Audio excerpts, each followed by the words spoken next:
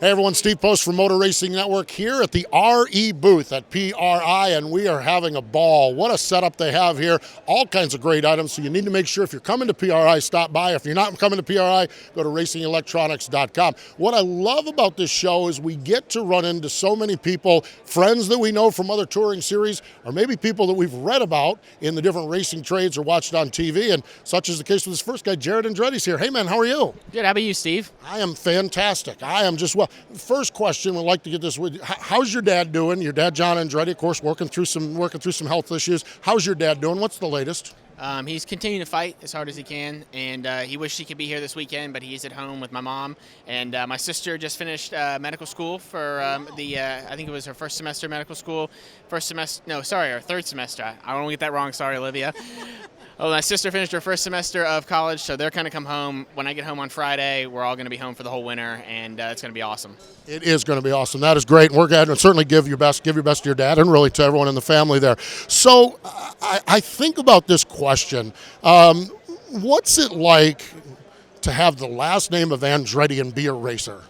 Yeah, I mean, it's a tough question. Yeah, I've gotten it. I don't know if I've had the right answer yet, but it's great. You know, you go there, you have so many connections in the business, people that you know and people that have worked with your father and any other members of your family. So you go and you see, and there's amazing stories, especially when you're walking around here. They talk about, well, I remember when Mario did this, or I remember when your dad did this, and it's just cool to get that history from somebody that's worked with them firsthand. So it's great, and obviously working at Andretti Autosport with Michael, you know, it's really a family affair. Marissa works there, obviously Marco drives there. We run our sports car deal out of there, so it's just fantastic to really do something collectively as a family.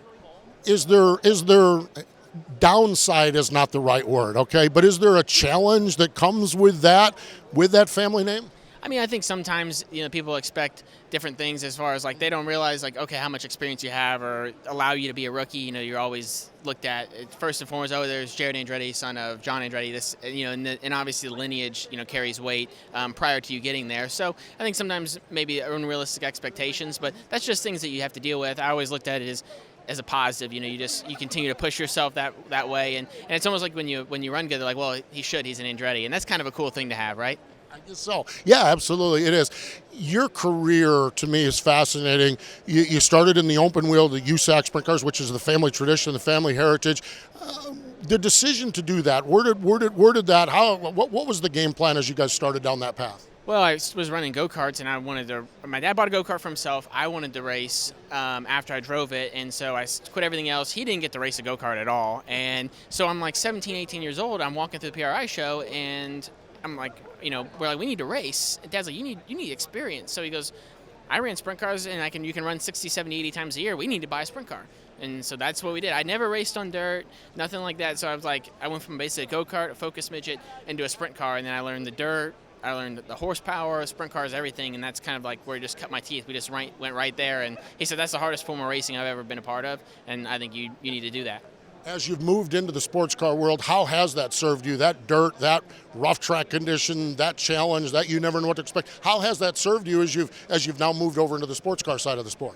Yeah, I think things that bother other people don't bother you. I mean, the way the car moves and things like that. I mean, you get in the sports car and you're like, man, you get used to it. Oh, it doesn't move at all. And you get in the sprint car and you're like, wow, I can't believe what I got used to driving. And there's so many aids on like the sports car, so you have to work around those. And you get used to working around those, but a lot of it's like they have traction control. Well, you have to work around that, and that sprint car really helps you with that because you got 900 horsepower. You can't just mat it anyway. So there's things that do translate, obviously in the wet as well. And so there's some things that translate, but I think the sprint car guys that you race with, I mean, they're some of the best race car drivers in the world, and I'll say that forever. And just racing with those guys and then going to race with other people, they've taught you so much. Even on dirt ovals, you can apply to the road racing side, and it really helps.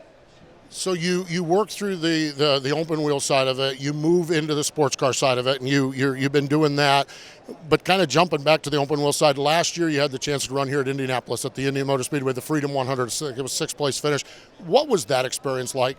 Yeah, it was just totally everything I've ever done. Like I haven't really driven a mid-engine, a rear-engine car, and so it's just. And then I flew in from Motorsport. I ran Motorsport the weekend before. I flew in, and I probably slept for 4 or 5 hours. Got up, went to the speedway, and started testing. And so it was like one of those kind of like whirlwind weeks in 10 days, and it was great.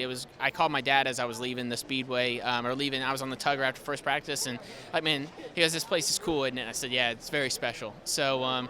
It's just one of those things you never forget your first laps there. You never forget the first time you did something there. So it's just it was cool to get to go back, and I'll go back this year with the GT4 car at the end of the year, and hopefully I get to go and maybe run a midget there one time, and obviously back in a big car. And I'll tell you what, so exciting. It really, truly is. Okay, so let's talk about 2020. What is the game plan? What do you have locked into place? How are things shaping up for the year?